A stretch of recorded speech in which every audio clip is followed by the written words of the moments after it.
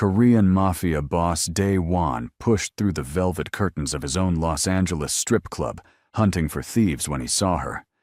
The Ethiopian woman from that one impossible night 8 months ago who'd haunted him ever since. Dancing 7 months pregnant on his stage. And the words exploded from him before he could think. "You are 7 months pregnant with my child and working in a stripper club?" Before her slap snapped his head sideways.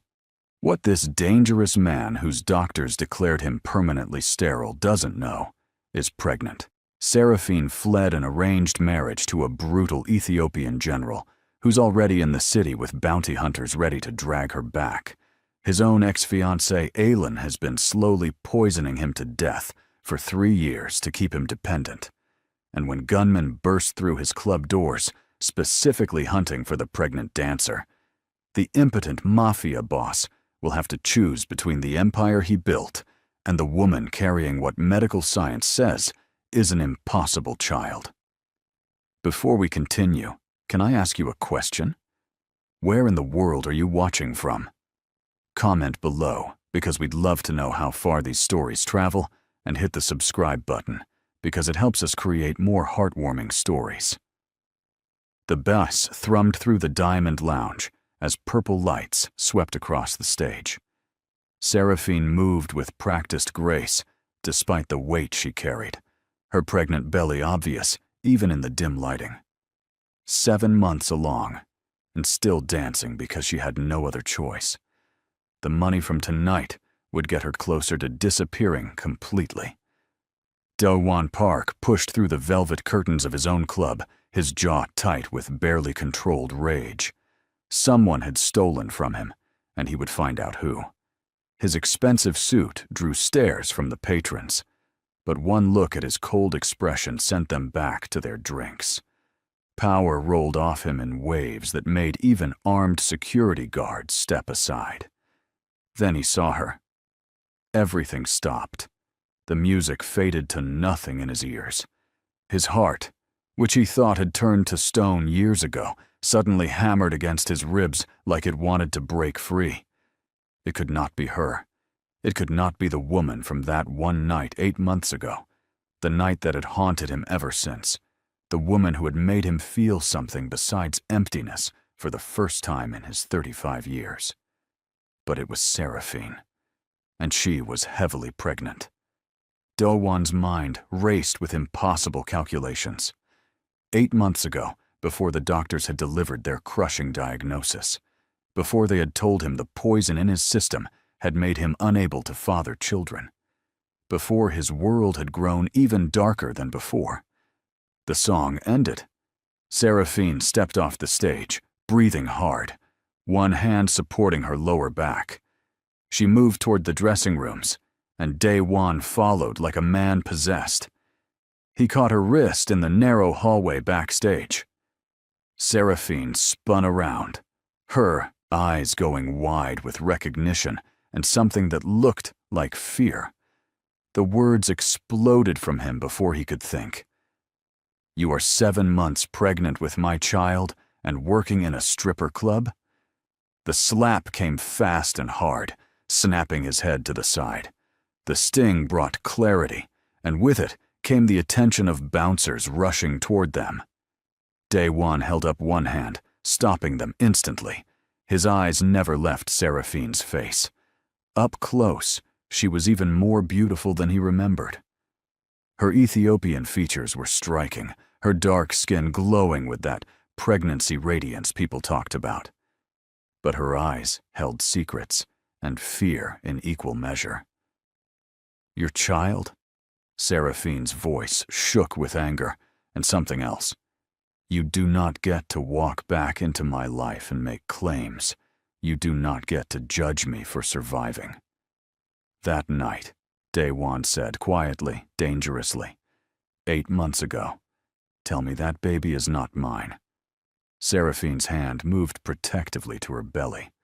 For a moment, he saw something flicker in her expression. Uncertainty. Hope, maybe. Then her face hardened into a mask that rivaled his own. "Why would you even think that?" You told me yourself that night meant nothing, that you had business to attend to, and I should forget we ever met." The words hit like bullets because they were true. He had said those things, had meant them at the time, back when he still believed he needed no one and nothing except power and revenge. "Answer the question, Seraphine." She flinched at the sound of her name on his lips. "How did you even know I work here? Have you been following me?" "I own this club. I own half the buildings in this part of Los Angeles. Now answer me." Seraphine pulled her wrist from his grasp. In the harsh backstage lighting, he could see the shadows under her eyes, the way her shoulders carried tension like armor. This was not a woman living comfortably. This was someone running from something. "Yes," she said finally, her voice barely above a whisper. "The baby is yours, conceived that night before you disappeared from my life, like I was nothing.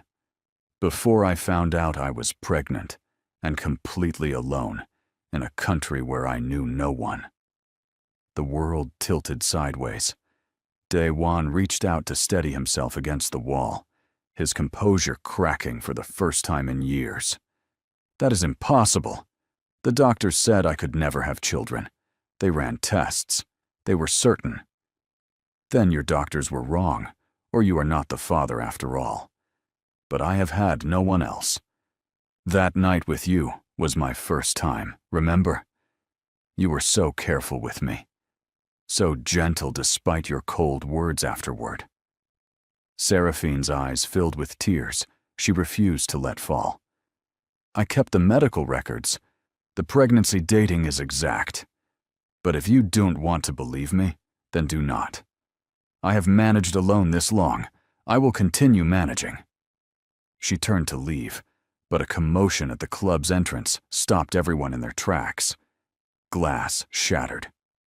Women screamed. The sharp crack of gunfire punched through the music.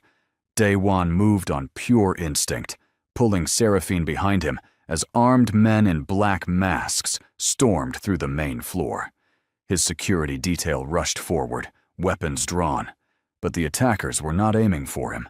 They were looking at Seraphine. "There she is, the Ethiopian girl." Terror flooded Seraphine's face. Dae-won felt her fingers grip the back of his jacket as the first bullet whizzed past his ear. His security returned fire, creating a wall of protection, but more masked men kept coming. "We need to move." Sung-min appeared at Dae-won's side, his weapon already firing toward the attackers. "The back exit now."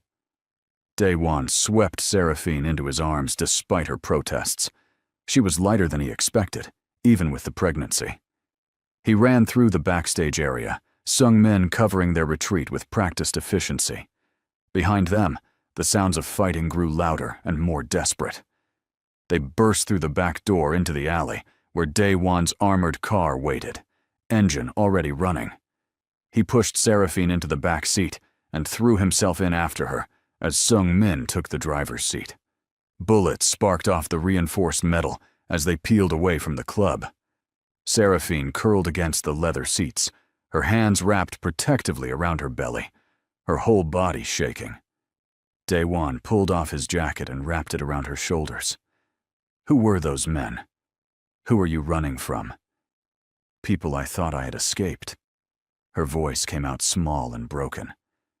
"People who want to take me back to Ethiopia, to a life I would rather die than return to."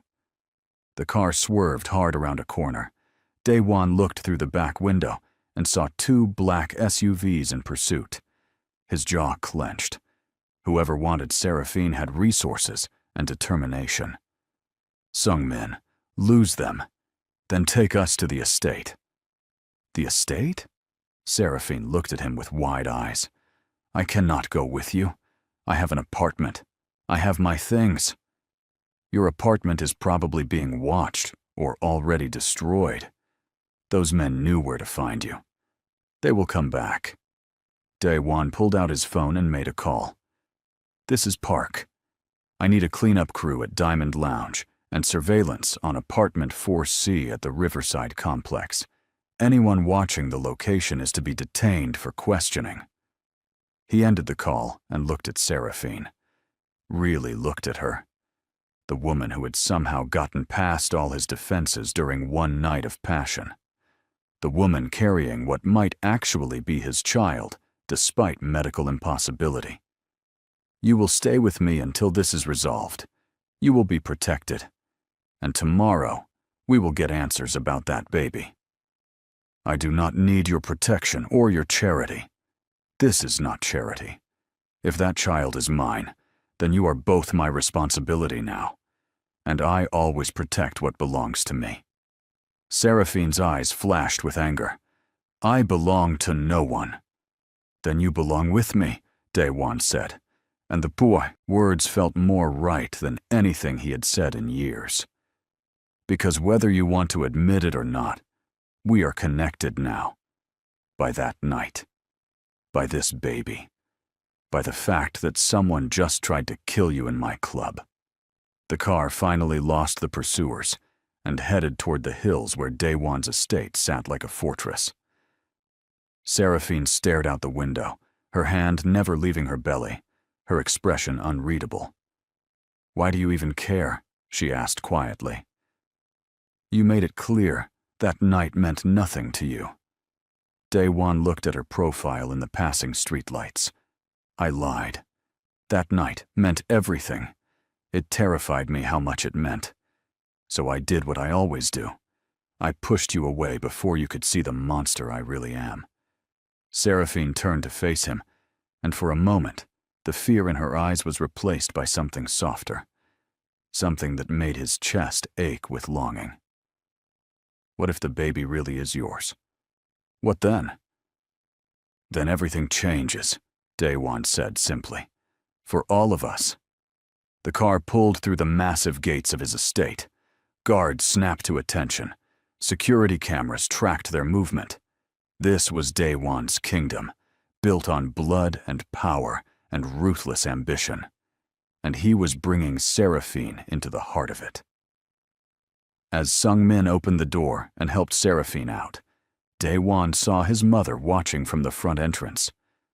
Hyejin Park stood with her arms crossed, her face a mask of cold disapproval. This was going to be a war. But as Seraphine stumbled slightly, and Daewon caught her, feeling the roundness of her belly press against him, feeling the flutter of movement that might be his child, he knew he would fight anyone and everyone to keep them safe, even if it meant fighting himself. The mansion swallowed Seraphine whole with its marble floors and crystal chandeliers that cost more than most people earned in a lifetime. She stood in the grand foyer, still wearing her work clothes under Daewon's jacket, feeling completely out of place.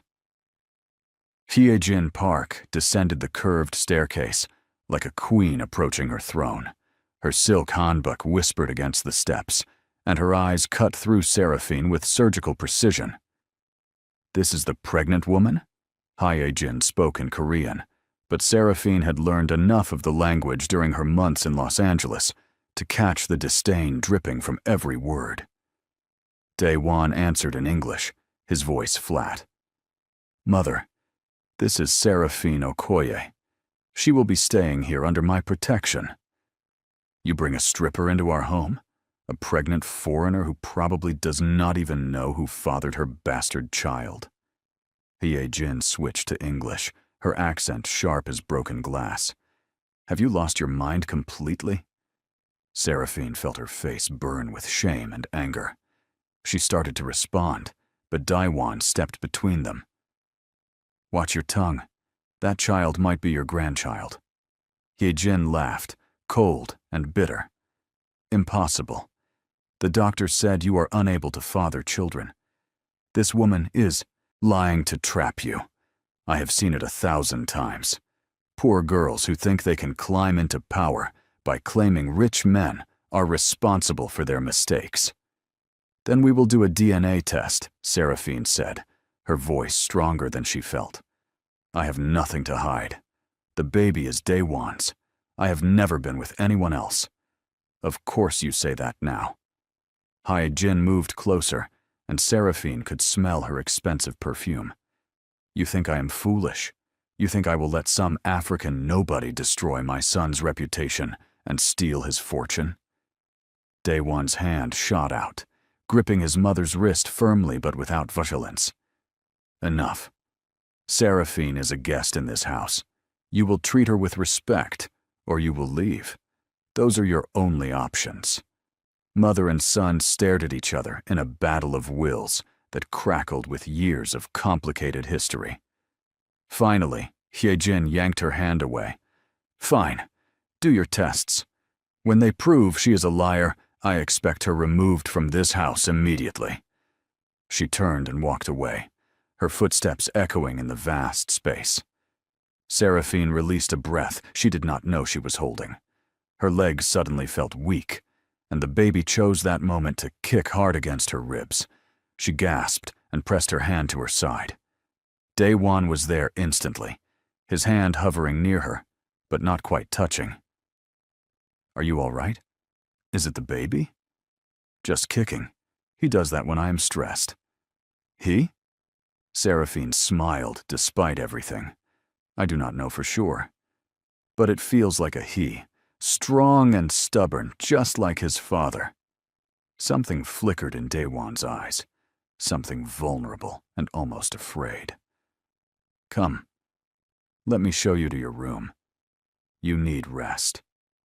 He led her up the stairs and down a hallway, lined with paintings that probably cost more than her entire life savings. The room he brought her to was bigger than her whole apartment.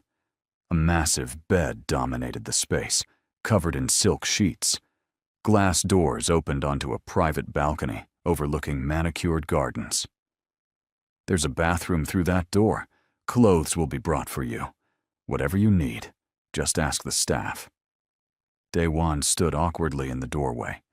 This powerful man who commanded fear and respect, suddenly uncertain in the presence of one pregnant woman. Why are you doing this? Seraphine asked. You could have left me at the club. You could have ignored the whole situation. No, Daewon said quietly. I could not have. Not once I saw you again. The air between them grew thick with unspoken things. Seraphine remembered that night 8 months ago with perfect clarity, the way he had touched her, with a gentleness that contradicted his hard exterior, the way he had whispered her name like a prayer, the way she had felt, for just a few hours, like she mattered to someone. Then he had left before dawn, with nothing but a cold note saying to forget him. You broke my heart, she said simply. That night meant everything to me. And you threw it away like garbage. Daewon flinched as if struck. I know. I have never forgiven myself for it. Then why did you do it? Because I am dangerous, Seraphine. Everyone close to me ends up hurt. Or dead. My father was murdered in front of me when I was 12. My first real friend was killed as a message to me when I was 20. I learned early that caring about people only gives your enemies weapons to use against you. He looked at her belly, his expression tortured. But now, there might be a child. My child. And I do not know how to protect something so small and innocent from the darkness of my world. Seraphine walked closer to him, her hand finding his. She placed it on her belly where the baby was moving. Daewon's eyes widened as he felt the kicks and rolls beneath his palm. This baby is already part of your world, she said softly, whether you accept it or not. And he is part of mine too. We will figure it out together. Daewon's other hand came up to cup her face. His thumb traced her cheekbone with a tenderness that made her breath catch. I do not deserve you. Maybe not. But you have me anyway. He leaned down slowly, giving her time to pull away. Seraphine did not pull away. Their lips met in a kiss that was nothing like their first. This was not the desperate passion of strangers seeking escape. This was the careful exploration of two people finding their way back to each other, despite impossible odds. The kiss deepened. Daewon's arms wrapped around her, mindful of her belly, pulling her close. Seraphine melted into him, her hands fisting in his shirt. Heat bloomed between them, familiar and new all at once. A sharp knock on the door broke them apart. Sungmin's voice came through the wood. "Boss, we have a problem." Daewon's expression shifted instantly back to the cold mafia boss. He opened the door to find Sungmin looking grim. "The surveillance team just called. Seraphine's apartment was firebombed 20 minutes ago, completely destroyed, and they found this nailed to what was left of her door." Sungmin handed over a photograph. Seraphine looked over Daewon's shoulder and felt ice flood her veins. It was a picture of her family back in Ethiopia. Her father, mother, and younger brother. Someone had drawn a red X over each face. "They found me," she whispered. "They know where I am." "Who?" Daewon demanded. "Tell me everything. Now." Seraphine sank onto the edge of the bed, her hands shaking. "My father is Tadesse Okoye. He is one of the most powerful diplomats in Ethiopia. When I was 19, he arranged a marriage for me to General Jonas. The man is 45 years old, cruel, and already has 3 wives who live in fear of him. You ran away from an arranged marriage. I ran away from a prison sentence disguised as marriage. General Jonas wanted me because I am young and educated.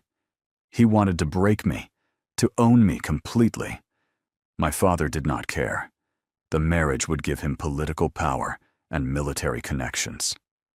Seraphine looked up at Daewon, tears finally spilling over. "So, I stole money from my father's safe, bought a plane ticket, and disappeared. I have been hiding for 2 years, working jobs where I could be invisible, saving money to disappear completely. But they found you anyway. General Jonas does not like losing things he considers his property, and my father is furious I embarrassed him." Seraphine laughed bitterly. "They probably have bounty hunters and private investigators searching for me across the world. I was foolish to think I could hide forever." Daewon's jaw clenched so hard Seraphine heard his teeth grind. "They will not touch you. I do not care who your father is or what kind of general wants you. You are under my protection now. You do not understand the kind of power these men have. And they do not understand the kind of power I have." Daewon turned to Sungmin. "Triple security around the estate. No one gets in or out without my personal approval. Contact our people in Ethiopia. I want to know everything about Tadesse Okoye and General Jonas. Their locations, their assets, their weaknesses, everything." "Already on it, boss." After Sungmin left, Daewon called his personal doctor. Within an hour, Dr. Han arrived with equipment for a DNA test. The older man worked efficiently, taking samples from both Daewon and Seraphine. "I will also need to run some additional tests," Dr. Han said, looking at Daewon with concern. "Based on what you told me about your diagnosis, if this child is yours, then something significant has changed in your condition. Do whatever you need to do. I want answers by tomorrow." After the doctor left, Seraphine found herself alone with Daewon again. The night had been a whirlwind of violence, revelations, and impossible situations. She was exhausted to her bones. "You should rest," Daewon said, but he made no move to leave. "Will you stay? Just for a little while?" The request came out smaller than Seraphine intended. "I do not want to be alone right now." Daewon removed his shoes and sat on the bed beside her, his back against the headboard. Seraphine curled against his side, her head on his chest, listening to his heartbeat. His arm came around her shoulders, and she felt safer than she had in 2 years. "Tell me about that night," she said quietly. "The real story, not the cold goodbye you gave me." Daewon was silent for so long, Seraphine thought he would not answer. Then his voice rumbled through his chest, quiet and rough with emotion. "I was at that bar to meet someone about a business deal. Then I saw you sitting alone, looking lost and beautiful and completely out of place in that dive. You smiled at me, and it was like the sun breaking through clouds. I forgot about my meeting. I forgot about everything except talking to you. Seraphine remembered. She had been so lonely that night, missing her family despite everything. Daewon had seemed just as lonely in his own way. You told me you were a businessman, she said. You made me laugh with stories about terrible office parties. You listened when I talked about missing home. You made me feel seen. You were the first real thing in my life in years. Everything else is lies and violence and power games. But with you, for those few hours, I was just a man with a beautiful woman. And when we went back to my hotel, when I made love to you, it was the most honest I have ever been. Seraphine felt his arms tighten around her. She remembered that night with perfect clarity, the way he had been so careful when she told him she had never been with anyone, the way he had made her feel cherished and desired, the way she had fallen asleep in his arms, feeling like she finally belonged somewhere. Then why did you leave? Because the next morning, reality came crashing back. My enemies were moving against me. I had a doctor's appointment that would change everything, and I knew that the more you knew about me, the more danger you would be in. So I did what I thought was protecting you. I walked away. That was not your choice to make alone. I know that now. Daewon shifted so he could look at her face. I will not make that mistake again. Whatever happens next, we face it together.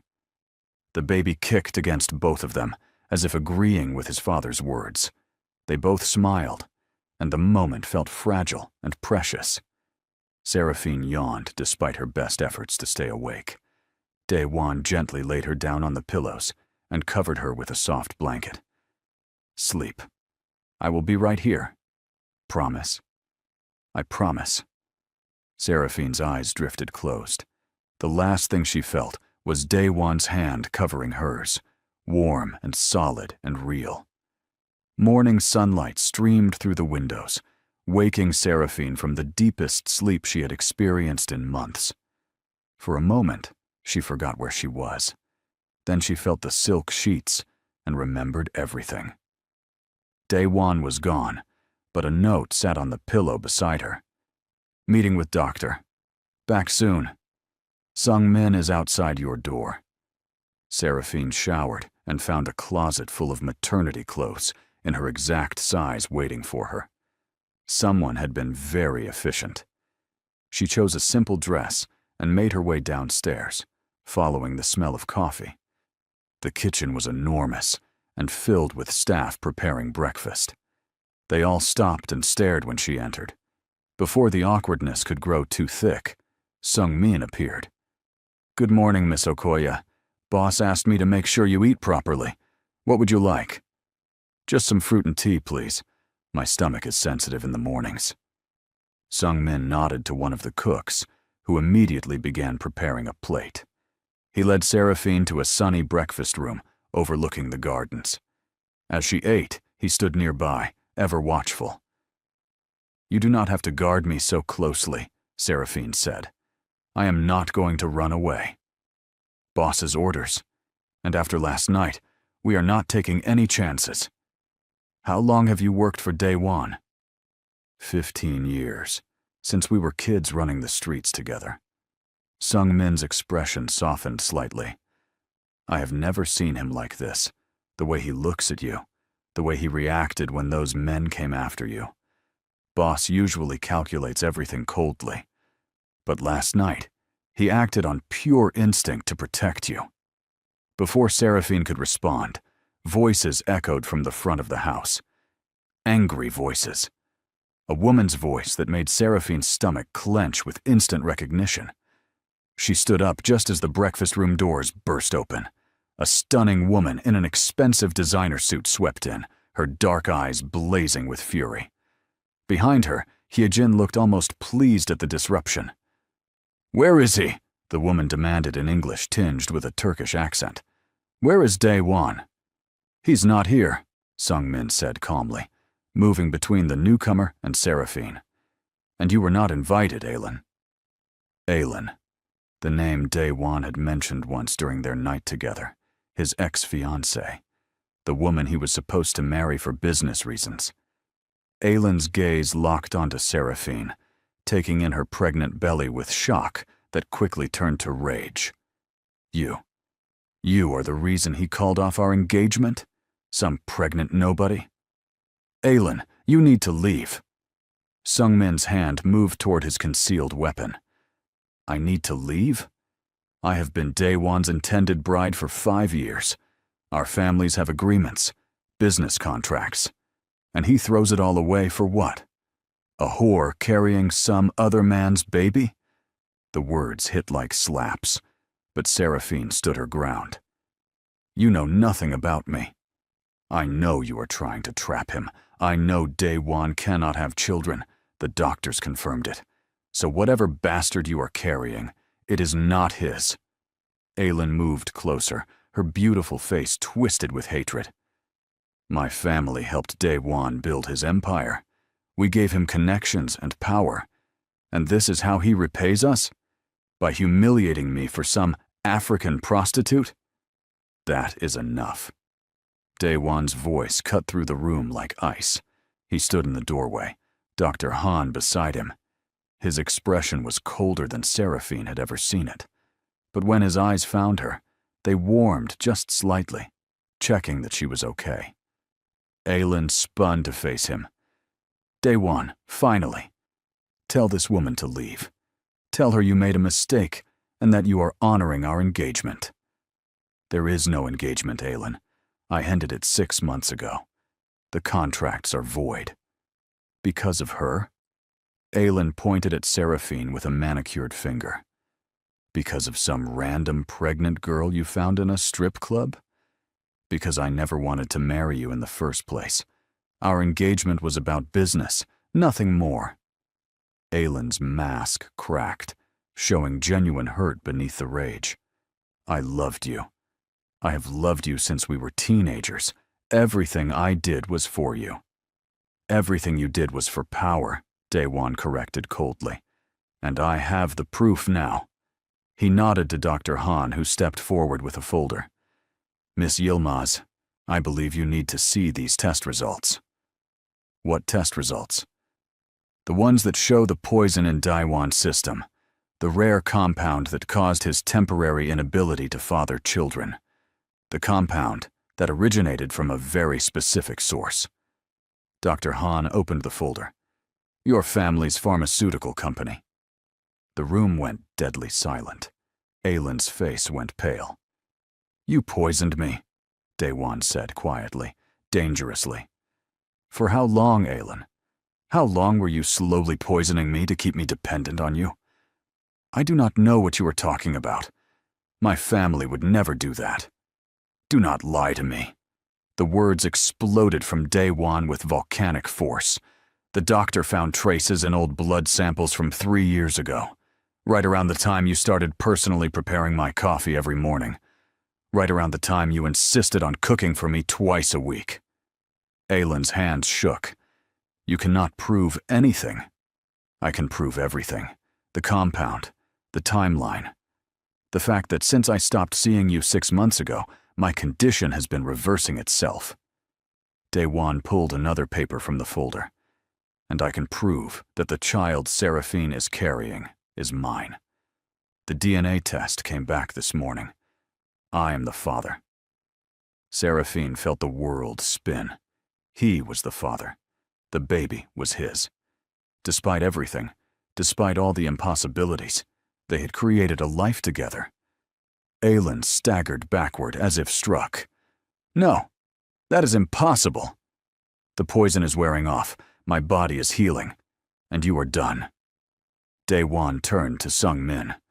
Escort Miss Yilmaz off the property. If she or anyone from her family comes near Seraphine or my child, they will regret it. You cannot do this to me. Aylin's composure shattered completely. My family will destroy you. We will take everything you have built. Try it, Daewon said with deadly calm. I have been building my empire since I was a teenager. Your family helped, yes. But they didn't make me, and they certainly cannot break me. Now get out of my house before I forget you were once important to me." Aelin looked at Seraphine with pure hatred. "This is not over. You think you have won? You know nothing about the world you just entered. Daewon's life is violence and death. That baby will grow up surrounded by blood and betrayal, if it even survives that long." She lunged toward Seraphine so fast, no one could react in time. Her hand reached for Seraphine's belly, nails like claws. Seraphine moved on pure instinct. Her training from back home kicked in. She grabbed Aelin's wrist, twisted it sharply, and used the woman's own momentum to flip her onto the floor. Aelin hit the marble hard, the breath whooshing out of her. Everyone stared in shock. Seraphine stood over Aelin, breathing hard, her hand protectively on her belly. "Touch me or my baby again," Seraphine said quietly, "and I will do much worse than put you on the floor. I may look soft, but I grew up in a country where girls learn to defend themselves early. Do not test me." Sung-min hauled Aelin to her feet, his respect for Seraphine clear in his expression. "Time to go, Miss Yilmaz." As they dragged the spitting, cursing woman away, Daewon turned to Seraphine. "Where did you learn to fight like that?" "My mother insisted all her daughters learn self-defense. Ethiopia is not always safe for women, even wealthy ones. I just never told you I had 3 years of combat training." "You continue to surprise me." Something that might have been admiration flickered in Daewon's eyes. "Are you all right? The baby?" "We are fine. Angry, but fine." Hye Jin, who had watched the entire scene from the doorway, made a small noise. "So the child truly is yours." Daewon looked at his mother. "Yes, which means you owe Seraphine an apology for the things you said last night." For a long moment, Hyejin said nothing. Then she turned and left without a word. Not an apology, but not more insults either. Small progress. Dr. Han cleared his throat. "There is more you both should know. The poison in your system was carefully calculated to cause sterility, without being obviously toxic. It would have eventually killed you, Daewon. Slowly. Painfully. Within another year or two, your organs would have started failing." Seraphine felt her blood run cold. Aelin was not just trying to keep him dependent. She was trying to kill him. Slowly enough that it would look like natural illness. She or someone in her family planned this very carefully. Dr. Han looked at Seraphine. "If you had not gotten pregnant when you did, we might never have discovered the truth in time to save him." Daewon's hand found Seraphine's. "You saved my life. You and our son." "You keep saying son. We do not know for sure yet.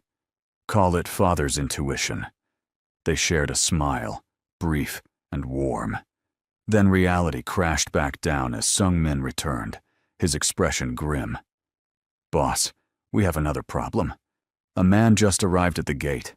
Says his name is Desta Okoye. Says he is Seraphine's brother, and he is not leaving until he speaks with her." Seraphine's heart dropped into her stomach. "No. How did he find me so fast?" "Your father must have been tracking you more carefully than you thought," Daewon said. "Do you want to see him?" "I do not know. Desta and I were close once, before the engagement, before everything fell apart. Then we see him together, in the main receiving room where security can watch. If he tries anything, he will regret it." They moved to a formal room filled with expensive furniture and art. Through the windows, Seraphine could see guards stationed at strategic points. Sung-min stood by the door, hand on his weapon. Desta entered, and Seraphine's breath caught. Her younger brother had grown up. At 22, he was tall and broad-shouldered, wearing an expensive suit that spoke of their family's wealth. His face lit up when he saw her. "Seraphine, you are alive. You are safe. Father said you might be dead. He started toward her, then stopped when he saw Daewon and the way he stood protectively beside her. Who is this? This is Daewon Park. He is my child's father, and the man protecting me from Father and General Jonas. Desta's eyes widened as he took in her pregnant belly.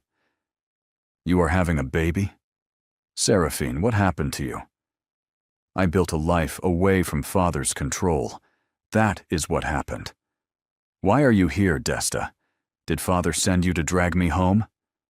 Her brother's expression turned complicated. Yes and no. Father knows you are here. He is known for 3 months. General Jonas has people watching you. Then why did they only attack last night? Because I've been stalling them, telling them I needed time to convince you to come home peacefully, that forcing you would cause an international incident since you are in America now. Seraphine felt tears prick her eyes. You protected me? You are my sister. I never agreed with Father's plan to marry you off to that monster. Desta looked at Daewon. But now, I am out of time. Father is coming to Los Angeles himself. He arrives tomorrow with General Jonas. They plan to take Seraphine back by force if necessary. Over my dead body, Daewon said flatly. You do not understand who you are dealing with. General Jonas commands thousands of soldiers. Father has connections to every major government in Africa and many in Europe. They will bring legal pressure. They will use diplomatic immunity. They will destroy anyone who stands in their way. Then they are welcome to try. Daewon's voice carried the weight of absolute certainty. I am Daewon Park. I control half the criminal enterprises in Los Angeles and have connections that reach across the globe. If they want a war, I will give them a war. Desta looked between them, seeing something in Daewon's protective stance and Seraphine's trust in him. You actually care about my sister. I love her, Daewon said simply, as if just realizing it himself. I love her and our child, and I will burn the world down before I let anyone take them from me. The words hung in the air, shocking everyone, including Seraphine. Daewon turned to her, his expression fierce and vulnerable all at once. I should have said it that first night. I should have fought for you instead of running away. But I am not running anymore. Whatever comes, I am standing right here with you. Seraphine felt warmth bloom in her chest, despite the danger surrounding them. I love you too. I have since that night. Even when I hated you for leaving, I still loved you.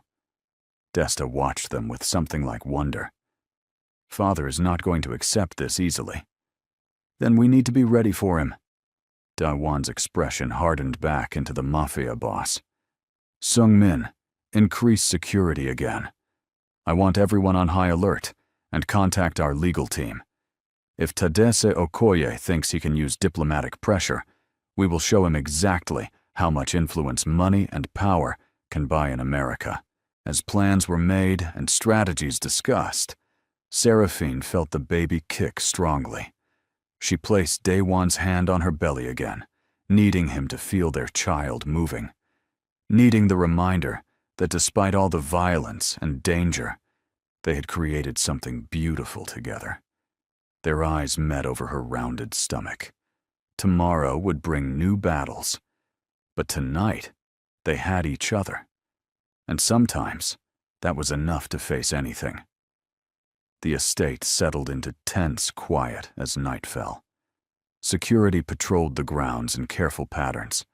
Inside, Seraphine found herself in the library, unable to sleep despite her exhaustion. The weight of tomorrow pressed down on her shoulders. Daewon found her curled in an oversized chair, staring at nothing. You should be resting. He sat down across from her, the dim lamplight casting shadows across his handsome face. I keep thinking about what Desta said, about Father and General Jonas coming, about everything they might do. Seraphine looked at him. Maybe I should just go with them. It would keep you safe. Keep the baby safe. No. The word came out sharp and final. We are not having this conversation. Daewon, you do not understand. General Jonas is not just cruel. He is connected to some of the most dangerous people in East Africa. He has made people disappear for insulting him. And my father has the power of the Ethiopian government behind him. And I have survived in a world where people try to kill me on a weekly basis. Your father and his general friend do not scare me. They should. Daewon moved to kneel in front of her chair, taking her hands in his. Tell me everything. Every detail about your life before America. I need to understand what we are fighting against. Seraphine took a shaky breath. I was born into privilege. My father is not just a diplomat. He comes from old money, old power. My mother died when I was 12, and after that, father became obsessed with political advancement. He saw his children as tools to build alliances. He arranged marriages for all of you. My older sister married a parliament member. My brother Desta was promised to the daughter of a wealthy businessman. And me. Father promised me to General Jonas when I was 17 years old, before I even understood what that meant. Daewon's jaw clenched. 17. You were a child. In Ethiopia, it is not uncommon for girls to be engaged young. But father waited until I was 19 to tell me the marriage was happening within 6 months. That is when I learned about General Jonas, about his other wives, about his reputation for violence. Seraphine felt tears spill over. I begged father to reconsider. I told him I wanted to go to university, to have a choice in my future. He said I was being selfish, that the marriage would secure our family's position for generations.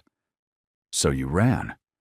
I planned it for 3 months, stealing money a little at a time, getting a passport in secret, learning English from online videos. And one night I just left, took a taxi to the airport and bought the first ticket to America I could afford. Seraphine laughed bitterly. I arrived in Los Angeles with 2 suitcases and no plan, just hoped that I could disappear. How did you survive? At first, I cleaned houses for cash, worked in restaurant kitchens, anything that did not require proper documentation. Then I met a woman who worked at Diamond Lounge. She said the money was good, and the owner did not ask too many questions. I needed the money, so I learned to dance. It was not the life I imagined, but it was mine. Daewon's thumb traced patterns on the back of her hand. And then you met me. Then I met you. This angry, sad man sitting alone at a bar looking like the world had disappointed him one too many times. You bought me a drink and actually talked to me like a person, not an object. You made me laugh. You made me feel less alone. You made me feel human again, Daewon said quietly. For one night, I was not the cold mafia boss. I was not the man poisoned by his supposed fiancée. I was just someone who found the most incredible woman and didn't want the night to end. Seraphine leaned forward, her forehead touching his. Why did you really leave that morning? Fear. Pure fear. I woke up with you in my arms, and for the first time in my life, I wanted something more than power or revenge. I wanted you. I wanted mornings like that every day. And it terrified me because everyone I have ever cared about has been taken from me violently. Your father. Shot in front of me when I was 12. They made me watch as punishment because my father refused to back down from a territorial dispute. I spent years hunting down everyone involved in his death. Daewon's eyes went distant with old pain. Then when I was 20, I had a friend, Junseo. We grew up on the streets together. He was like a brother. One day, rival gang members found him. They tortured him for information about me, then left his body where I would find it with a message carved into his chest. Seraphine's hand covered her mouth. Daewon, I am so sorry. I killed every single one of them, slowly, and I learned that caring about people only gives your enemies weapons. So I stopped caring, built walls so high nobody could climb them, focused only on power and survival. He looked at her with raw honesty. Until you. You broke through every wall in one night. And that morning, I panicked, wrote that cold note, and ran away like a coward. Spent the next 8 months trying to forget you and failing completely. I tried to hate you. I really did. But then I found out I was pregnant. And suddenly, I had a piece of you that I could not let go of. Seraphine placed his hand on her belly. This baby saved me, gave me purpose, made me want to fight and survive, instead of giving up when things got hard. They sat in silence for a moment, just feeling the baby move beneath their joined hands. Then, Daewon spoke again. I need you to know something else, about why I am the way I am, about the kind of man I have become. You do not have to tell me everything tonight. Yes, I do, because tomorrow your father comes, and you need to decide if you really want to tie yourself to someone like me permanently. Seraphine waited, sensing this was important. I am not a good man, Seraphine. I run illegal operations, gambling, protection rackets, smuggling. I have killed people who crossed me. I have destroyed families to protect my interests. There is blood on my hands that will never wash clean. I know what you are, Daewon. I figured it out weeks after that first night, when I saw your face in a news article about organized crime in Los Angeles. His eyes widened. You knew? I am not naive. I grew up around powerful men who did terrible things behind diplomatic immunity. I recognize the look in your eyes, the weight you carry from decisions normal people never have to make. Seraphine cupped his face. But I also know the man who was gentle with me when I told him I had never been with anyone. The man who held me while I cried about missing home. The man who is trying so hard to protect me and our baby, even though it goes against every survival instinct he has built up over the years. You should run from me. I am done running. From my father. From my past. From my feelings. Seraphine leaned closer. I love you, Daewon Park. All of you. The good and the bad and the complicated. He pulled her closer, careful of her belly, and kissed her with a desperation that spoke of years of loneliness, finally finding relief. Seraphine kissed him back just as desperately, pouring all her fear and hope and love into the connection between them. When they finally broke apart, both breathing hard, Daewon stood and held out his hand. Come with me. He led her through the quiet house to his private rooms. The bedroom was masculine and sparse, but comfortable. Through glass doors, a balcony overlooked the city lights spreading below like fallen stars. Stay with me tonight, Daewon said. Not for anything physical. Just stay. Let me hold you. Let me feel like you are real, and here, and safe. Seraphine nodded. They lay down together on his bed, her back to his chest, his arm wrapped protectively around her and their child. His hand rested on her belly, feeling every movement. Tell me about Ethiopia, he whispered in the darkness. The good parts. What you miss. Seraphine smiled. The coffee ceremony. My mother used to perform it every morning. The smell of roasting beans filling the house. The sound of traditional music during holidays. The bright colors of the Habesha Kemis dresses women wear. The taste of injera and Doro Wat. The mountains rising up so high you think they touch heaven. It sounds beautiful. It is. I miss it sometimes. The good parts. Not the parts where women have no choice in their futures. If the baby is a girl, I will make sure she knows she can choose her own path, that she is strong and valuable and not property to be traded for power. And if it is a boy, I will teach him to respect women, to protect without controlling, to be strong but also gentle, To be better than I am.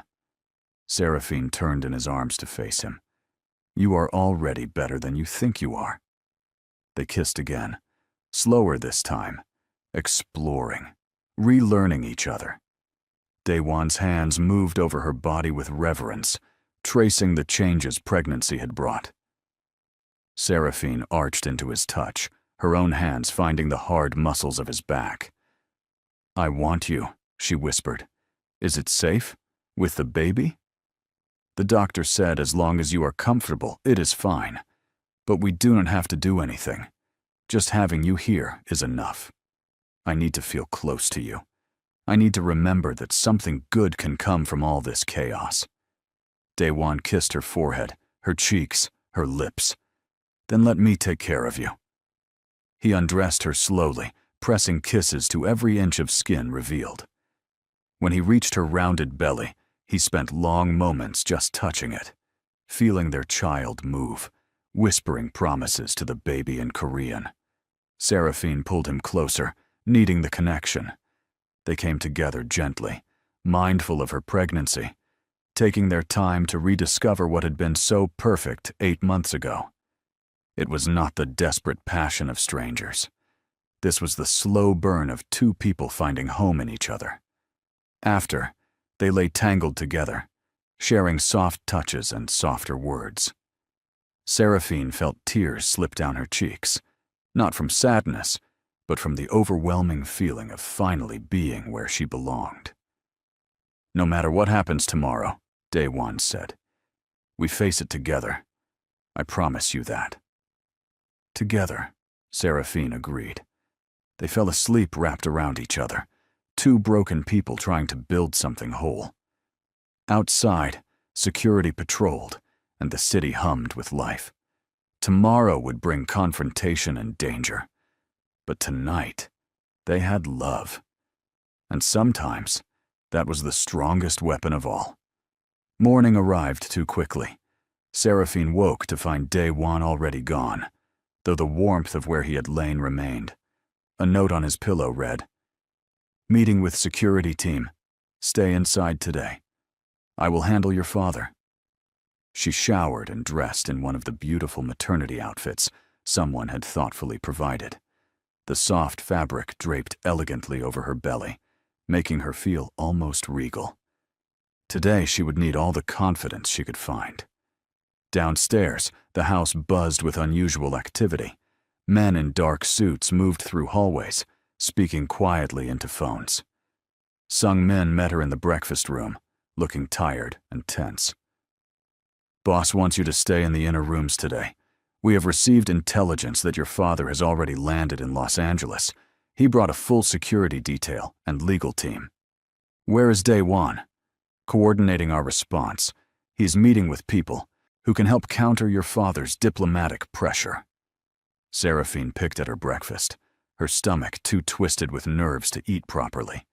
The baby seemed to sense her tension, moving restlessly beneath her ribs. The morning crawled by with agonizing slowness. Seraphine tried to read, tried to rest, but every sound made her jump. Around noon, raised voices echoed through the house. Her father had arrived. She moved toward the main hall despite Sung-min's protests. She needed to face this, needed to stand up for herself and her choices. Tades Okoye stood in the grand foyer like a conquering general. Tall and imposing in an expensive suit, his presence filled the space. Beside him stood General Jonas, exactly as Seraphine remembered. Middle-aged, hard-faced, with eyes that looked at women like property to be owned. Daewon stood between them and the rest of the house, his security team flanking him. The air crackled with barely restrained violence. "Seraphine!" Tadessa's voice boomed when he saw her. "Finally! This foolishness ends now. You are coming home." "No, father. I am not." Seraphine descended the stairs slowly, one hand on the railing, the other protectively on her belly. "I am an adult. I choose to stay here." General Jonas's eyes locked onto her pregnant stomach with disgust. "You have shamed yourself and your family, carrying some criminal's bastard child." That child is mine, Daewon said coldly. And you will speak respectfully about both of them, or security will remove you. You dare threaten me? Jonas stepped forward. I command armies. You are nothing but a common thug. I am the common thug who is keeping your hands off what is mine. Tadesse held up a hand. Gentlemen, please. This can be resolved civilly. Seraphine, I understand you were confused and afraid. But this is not the life for you. Come home. We will forget this unfortunate chapter. You can still marry General Jonas. He has agreed to overlook your condition. How generous, Seraphine said bitterly. He will overlook the fact that I am carrying another man's child. Father, listen to yourself. You want to force me into marriage with a man I despise, to give birth to a baby that is not his, to live as property for the rest of my life. You are being dramatic. Marriage is about duty and family, not childish feelings. Then I choose to fail my duty. I choose my childish feelings. I choose love over political alliances. Seraphine moved to stand beside Daewon. I am staying here with the father of my child, with the man I love. Jonas laughed harshly. Love? This man runs criminal organizations. He will tire of you and move on to the next woman. At least with me, you would have status and security. The only thing I would have with you is fear and pain. I have heard the stories about your other wives, about how they cannot look anyone in the eye, about the bruises they hide. I would rather die than become another broken woman in your collection. The general's face flushed with rage. He lunged toward Seraphine, but Daewon moved faster. His fist connected with Jonas's jaw with brutal precision. The general stumbled back, blood trickling from his lip. Security teams from both sides drew weapons. The foyer became a powder keg waiting for a spark. Everyone stop! The voice came from an unexpected source. Kyung-soo, one of Daewon's most trusted advisors, stepped forward from where he had been standing quietly in the background. There is no need for violence. I have a solution that will satisfy everyone. Daewon turned to him. What solution? Tadesse and General Jonas have made a very generous offer. They will pay handsomely for the girl to be returned, enough money to expand your operation significantly, and they will provide political protection for some of your more questionable business dealings in East Africa. Something cold slithered down Seraphine's spine. The way Kyung-soo spoke, the way he looked at her like merchandise. Daewon's eyes narrowed. I did not authorize you to negotiate anything. I took initiative. It is a good deal, boss. The girl clearly brings more trouble than she is worth. Cut your losses. Take the money. Move on. Kyung-soo speaks wisdom, Tadesse said smoothly. We all get what we want. You get rich. We get my daughter back where she belongs. Everyone wins. Daewon's voice dropped to a lethal quiet. Everyone except Seraphine. She is a woman. Her wants are secondary to practical considerations. The words hung in the air like poison. Seraphine watched Daewon's expression shift into something terrifying. She had seen him cold, had seen him angry. But this was different. This was the face of the man who had built an empire on calculated violence. Sung-min, Daewon said calmly. How long have we known Kyung-soo was a traitor? The room went silent. Kyung-soo's confident expression cracked. Sung-min smiled grimly. About 2 days, boss. Since we found the encrypted messages between him and Aylin's family on his personal computer. And what else did we find? Evidence that he has been feeding information to your rivals for 6 months. Evidence that he helped arrange the attack at the club. Evidence that he has been in contact with Tadesse Okoye for 3 weeks, planning this exact scenario. Kyung-soo stepped backward, his hand moving toward his concealed weapon. But Daewon's security was faster. 3 guns pointed at his head before he could draw. You plan to sell Seraphine out from the start, Daewon said. You probably helped Aelin poison me too. All for what? Money? Power? You became weak, Kyung-soo spat. Obsessed with one woman, willing to throw away strategic alliances. The old Daewon would never have jeopardized business for feelings. The old Daewon was slowly dying from poison, thanks to people he trusted. The new Daewon knows exactly who his enemies are. Kyung-soo made his move, pulling Seraphine in front of him as a shield. His arm locked around her throat, a knife appearing at her side. Nobody moves, or I kill them both, her and the bastard baby. Terror flooded Seraphine, but beneath it ran something else. Anger. Pure, burning rage at being treated like an object to be traded and threatened and controlled. The self-defense training her mother had insisted on came flooding back. 3 years of learning how to fight, how to survive, how to turn fear into action. Seraphine dropped her weight suddenly, throwing Kyung-soo off balance. She drove her elbow back into his ribs, hard enough to hear something crack. As his grip loosened, she grabbed his knife hand and twisted with all her strength. The knife clattered to the marble floor. Seraphine spun and brought her knee up into Kyung-soo's groin. He dropped like a stone. The entire room stared in shocked silence as she stood over him, breathing hard, one hand protectively on her belly. I am done being the helpless woman everyone thinks they can control, Seraphine said to the room at large. I survived 2 years on my own in a foreign country. I built a life from nothing. I learned to fight. I learned to survive. And I will not let anyone make me a victim ever again. Daewon moved to her side, his hand finding hers. Pride and love shone in his expression. That is my woman. Sung-min hauled Kyung-soo to his feet, zip-tying his hands behind his back. Boss, what do you want done with him? Take him to the warehouse. I will deal with him later. Daewon turned his attention to Tades and Jonas. Now, you two have a choice.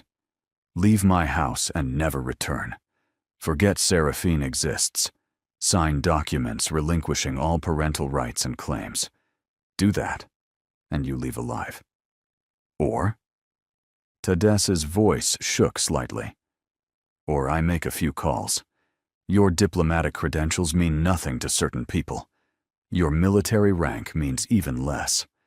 I can have you disappeared so completely that Ethiopia will forget you ever existed. General Jonas started to protest, but Tades held up a hand. For the first time, Seraphine saw uncertainty in her father's eyes. He was realizing that in America, in Daewon's world, his power meant nothing. You would really kill us? Over one woman? I would burn the world for her, Daewon said simply. She is not one woman. She is my woman, the mother of my child. And I protect what is mine with everything I have. Seraphine felt tears prick her eyes, not from fear this time, but from the overwhelming feeling of being truly valued, of being worth fighting for. Tades looked at his daughter, really looked at her, for the first time in years. You truly choose this life, this man? I choose freedom, Father. I choose love. I choose a future where my child will grow up knowing they are wanted and valued, not traded like currency. Seraphine straightened her shoulders. If that means cutting ties with you forever, then that is a price I am willing to pay. Something flickered in her father's expression. Regret, maybe, or the slow realization of everything he had lost by treating his children like business assets. Sign the papers, he said quietly to his assistant. Give up all claims. But sir, Jonas protested, we had an agreement. She was promised to me. You never deserved her, Tades said, his voice heavy with an emotion Seraphine had never heard before. Something almost like grief. None of us did. The documents were signed. Tades and Jonas left with their security detail. The house slowly returned to normal, though tension still hung in the air. Seraphine found herself shaking as the adrenaline faded. Daewon guided her to a sofa, wrapped her in a blanket, and just held her while she processed everything that had happened. "You were incredible," he said softly. "When you took down Kyung-soo, when you stood up to your father, you are the strongest person I have ever met." I was terrified.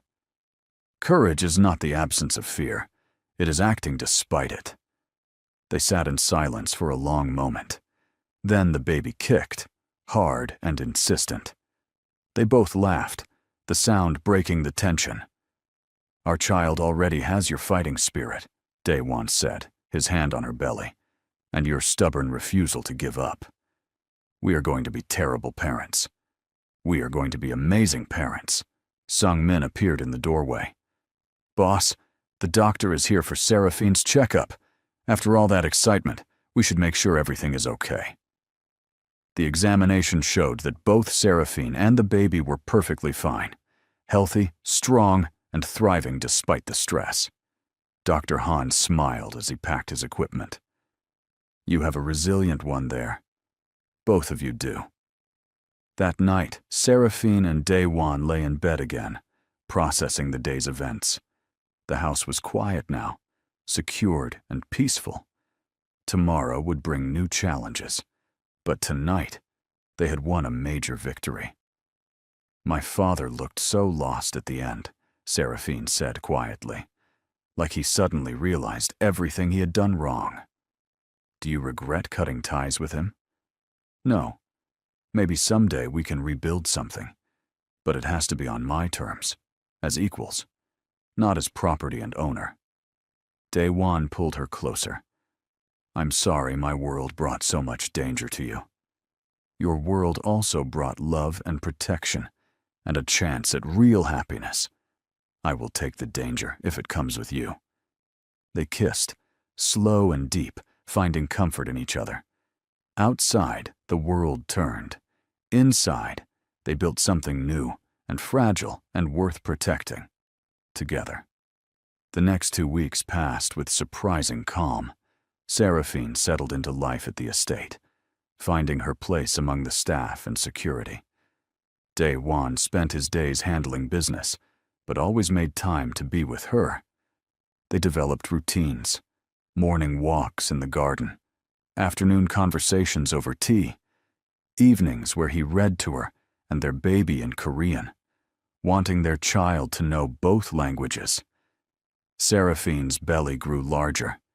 She was now 8 months pregnant, moving slower, feeling the weight of the baby more with each passing day. Dr. Han ordered bed rest after she experienced some cramping, and Daewon transformed into the most attentive caretaker imaginable. "You are supposed to be running a criminal empire," Seraphine teased as he brought her lunch on a tray. "Not playing nursemaid. Sung-min can handle the empire for a few days. You and the baby are more important." He sat on the bed beside her, and they ate together while discussing baby names. Combining Korean and Ethiopian traditions proved challenging but fun. "What about Zion?" Seraphine suggested. "It works in both cultures. Strong meaning." "Zion Dae Min Park Okoye," Daewon tested the full name. "It sounds good. Strong, like he will be. You are so sure it is a boy." Father's intuition. They laughed together, and Seraphine felt a surge of contentment. This was what she had dreamed of during those long, lonely months. Family. Love. Peace. Then Desta called. Seraphine answered on speaker so Daewon could hear. Her brother's voice came through tight with tension. "Seraphine, I need to tell you something. About father." "What about him?" "The man General Jonas wanted you to marry, remember? The arrangement fell through when you disappeared." "I know. What about it?" "The general died 3 days ago. Died mysteriously in his home. No signs of violence, but the autopsy showed he was poisoned." Seraphine's blood ran cold. "Desta, what are you saying?" "Father did it. I do not have proof, but I know he did. He was furious after coming back from Los Angeles. Furious at himself for failing you, for being the kind of father who would sell his daughter to a monster. Desta's voice cracked. He killed Jonas. I think it was his way of trying to make things right, of protecting you even though you are gone. Tears spilled down Seraphine's cheeks. Her father had killed a powerful general, had risked everything to eliminate the threat to her. There is more, Desta continued. Father wants to make peace. He wants to meet again, but properly this time. He is asking if you would consider a traditional Ethiopian wedding ceremony. He says he will fly in priests and arrange everything according to our customs. He wants to give you his blessing to marry Daewon. He is calling it his way of apologizing for 2 years of trying to control your life. Daewon looked at Seraphine. It is your choice. Completely your choice. Seraphine thought about her mother, about the traditions she had loved, about the coffee ceremonies, and the beautiful Habesha chemise dresses, and the sound of traditional music, about the family she had lost when she ran away. Tell father I will consider it, but I have conditions. The ceremony must blend both Korean and Ethiopian traditions. Daewon's family must be respected equally, and father must publicly acknowledge his mistakes and promise to never try to control my life again. I will tell him, Seraphine, I think he is really trying to change. He has been different since you left. Quieter, more thoughtful. I think losing you made him realize what matters. After the call ended, Seraphine and Daewon sat in silence, processing everything. Do you trust your father's change of heart? Daewon asked. I do not know, but I want to believe people can change, that redemption is possible. Is that foolish? No. It is hopeful, and hope is not a weakness. Over the next week, plans developed. Tadesse arranged everything through Desta, never pushing, never demanding. He sent photos of the Habesha chemise dressmakers could create for Seraphine, samples of traditional food for the reception, names of priests who would bless the union. Daewon matched it with Korean traditions. He arranged for a pieback ceremony, where Seraphine would bow to his mother and receive blessings. He ordered a beautiful hanbok for himself and a modified one for Seraphine that would accommodate her pregnant belly. Even Hyejian softened slightly. She approached Seraphine one afternoon while Daewon was in meetings. I owe you an apology, the older woman said stiffly.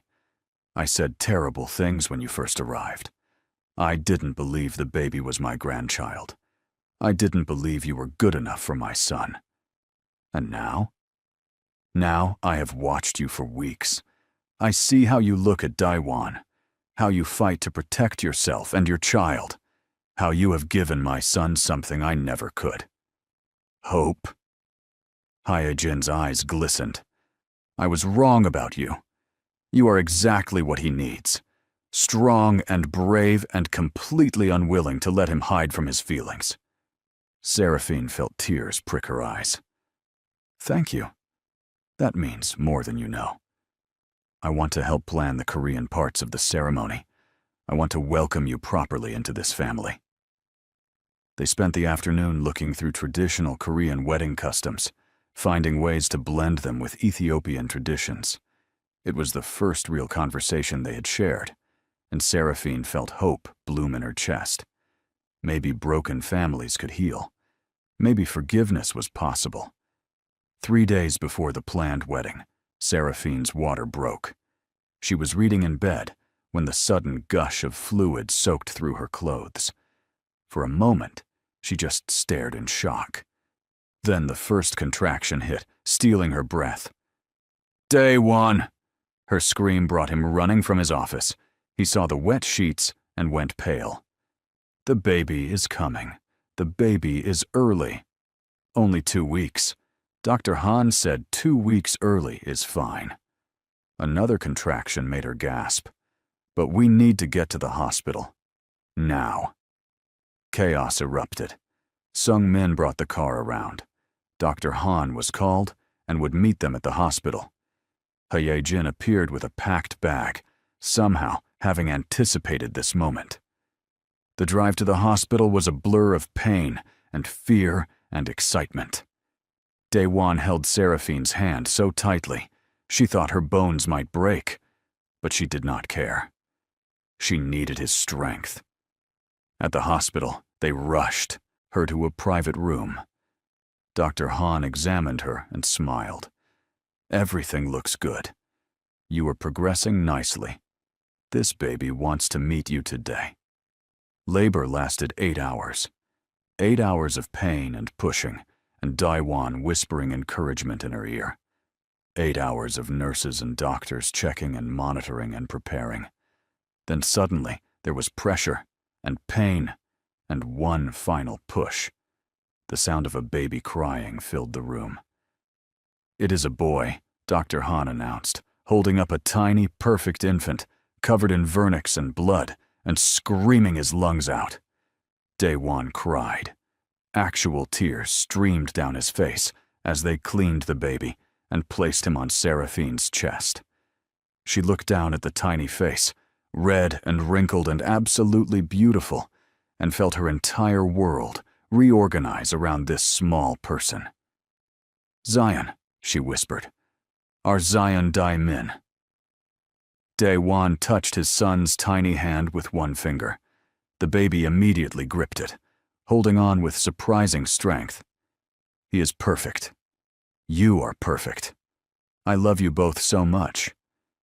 Hae-jin was allowed in shortly after, and she wept when she held her grandson.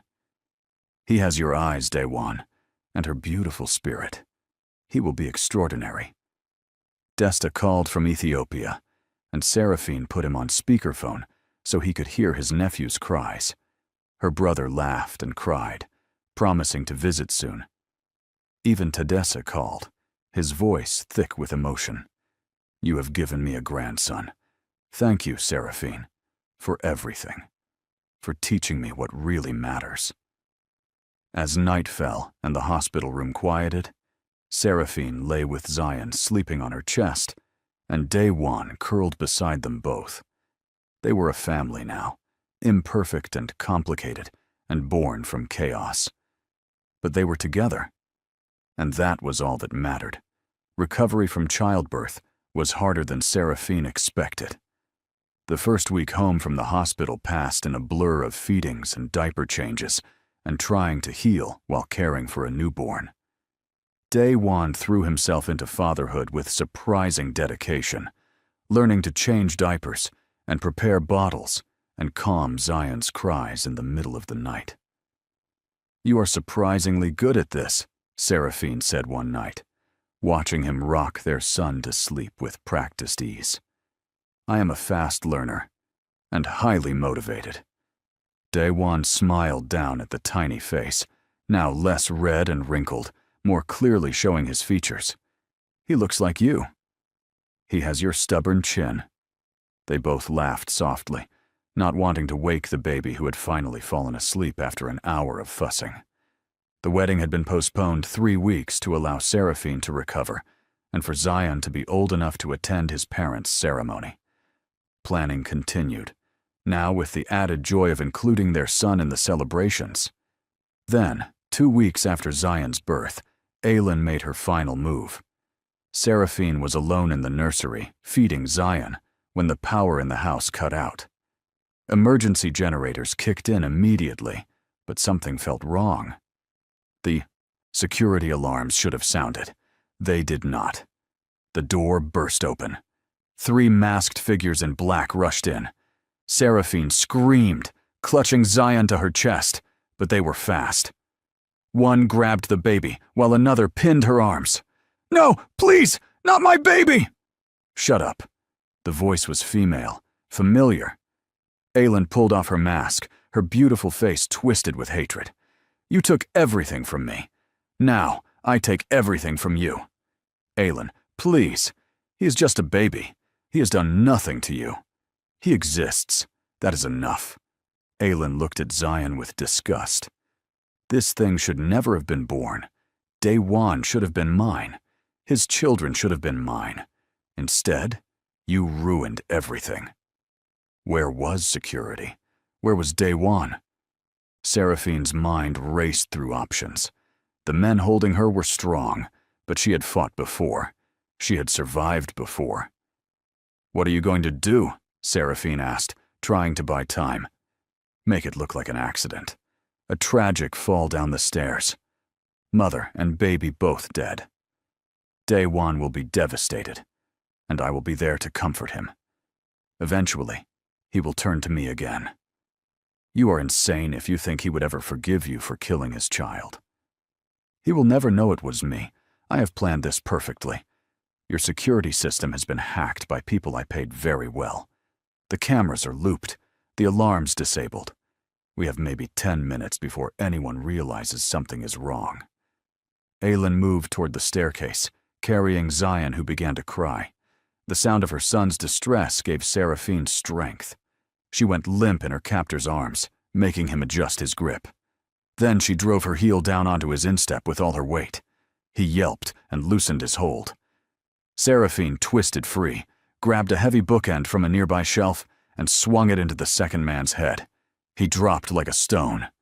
She ran toward Aylin, who was at the top of the grand staircase. "Give me my son!" Aylin held Zion over the railing. "One more step, and I drop him." Seraphine froze, her heart stopping. Zion wailed, his tiny face red with fear and confusion. Then the front door crashed open. Daewon stormed in with Sung Min and a full security team. He took in the scene instantly, his face going through shock, rage, and calculation in seconds. "Aylin." His voice was deadly calm. "Put down the baby." "Why should I?" "So you can have your perfect little family, while I have nothing?" "You have your life, for now. Put down my son, and you keep it. Hurt him, and I will make your death last week's. Empty threats. You loved me once. You would not hurt me. I never loved you.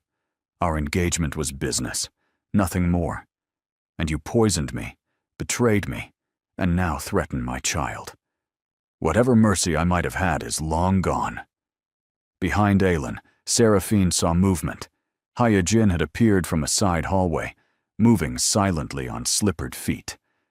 Daewon's mother caught Seraphine's eye and nodded slightly. Seraphine understood. She needed to keep Aylin's attention forward. "You were going to kill me," Seraphine said, stepping closer slowly. "Murder an innocent baby. How does that make you any better than the people you claim to despise? I am better than you.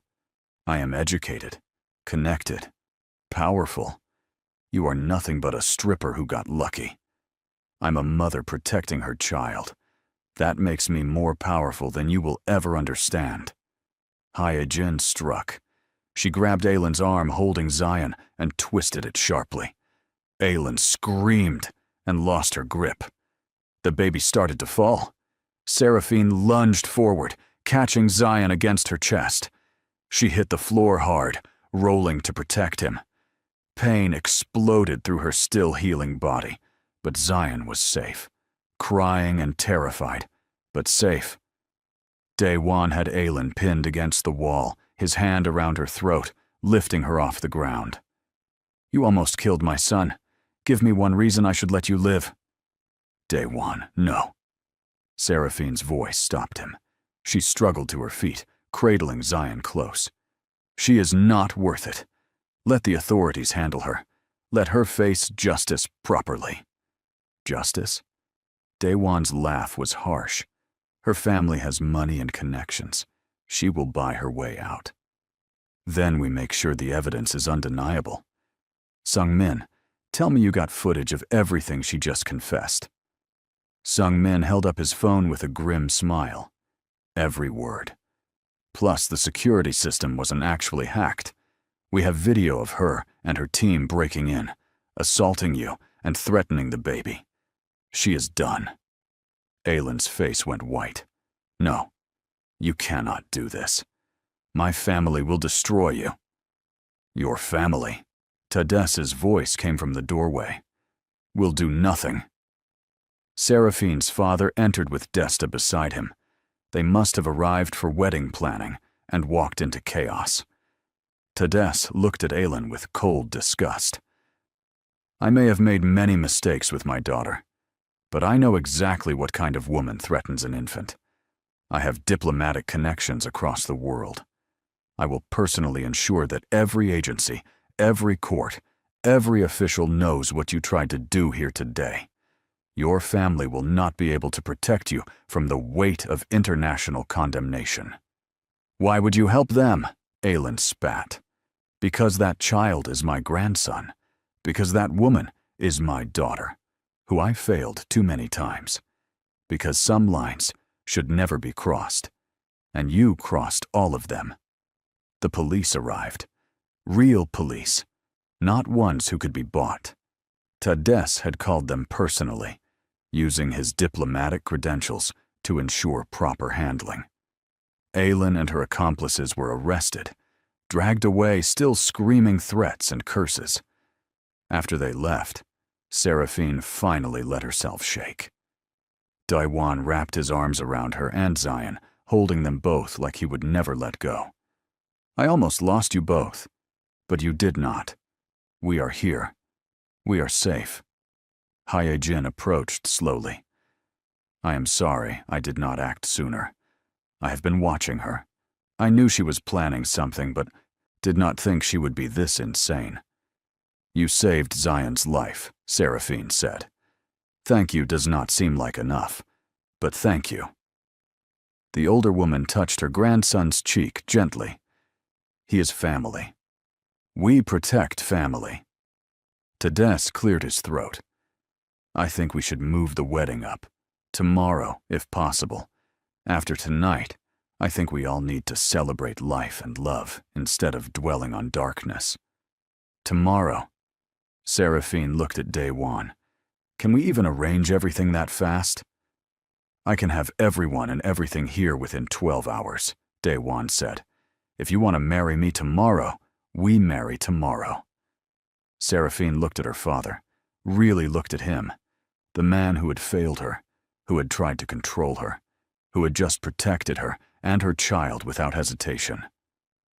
I want you to walk me down the aisle, she said quietly, if you are willing.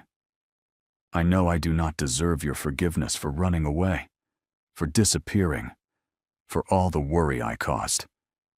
You deserved freedom, Tadessa said, his voice rough with emotion. You deserved choice. I am the one who does not deserve forgiveness, but I am asking for it anyway. I am asking for a chance to be the father I should have been all along. They embraced, both crying, 2 years of pain and separation finally beginning to heal.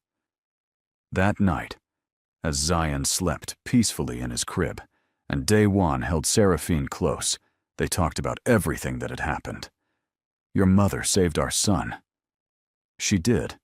I think becoming a grandmother changed something in her, made her remember what family really means. And my father. He came through when it mattered. People can change, if they want to badly enough. Seraphine turned in his arms to face him. Tomorrow, we get married.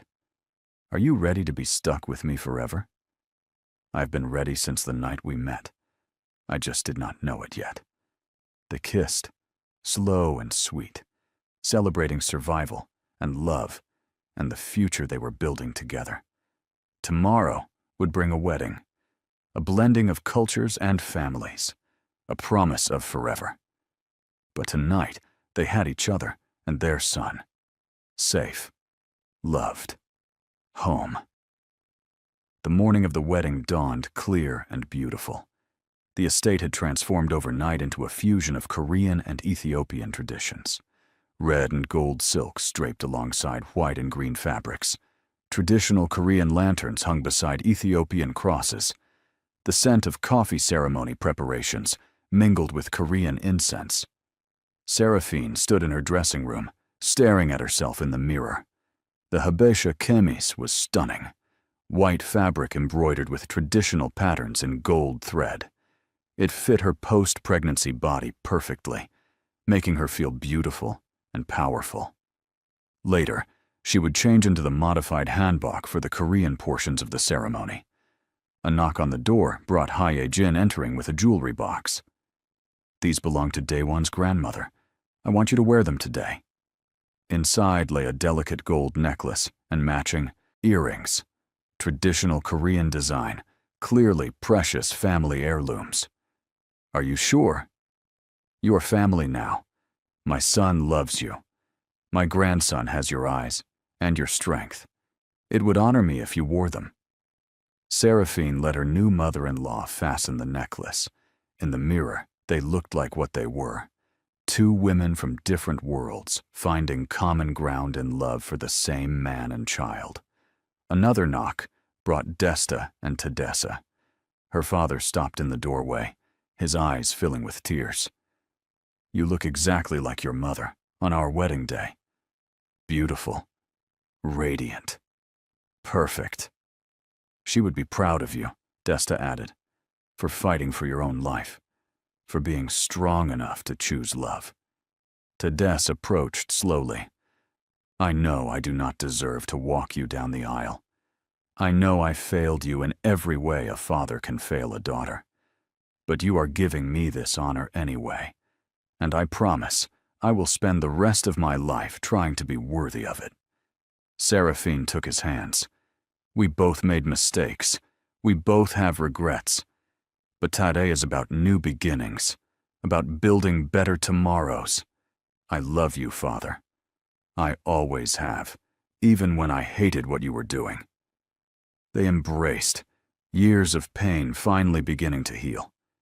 The ceremony was held in the estate's gardens.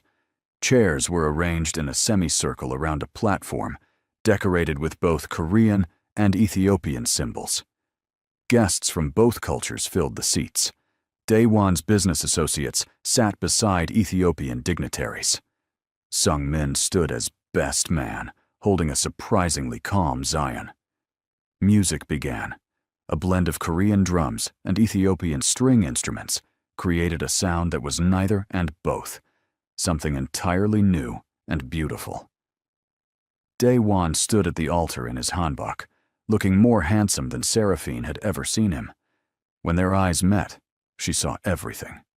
Love. Promise. Forever. Tadesse walked her down the aisle slowly, savoring every step. When they reached Daewon, her father placed her hand in his and spoke loudly enough for all to hear. "I give my daughter freely, not as property, not as political capital, but as a woman choosing her own path. Cherish her, protect her, love her as she deserves, or answer to me." "I will," Daewon promised, "with everything I am." The ceremony blended traditions beautifully. They exchanged traditional Korean bows, participated in an abbreviated coffee ceremony, spoke vows in English, Korean, and Amharic. Rings were blessed by both Christian priests and Buddhist monks. When Daewon spoke his vows, his voice carried across the gardens with absolute certainty.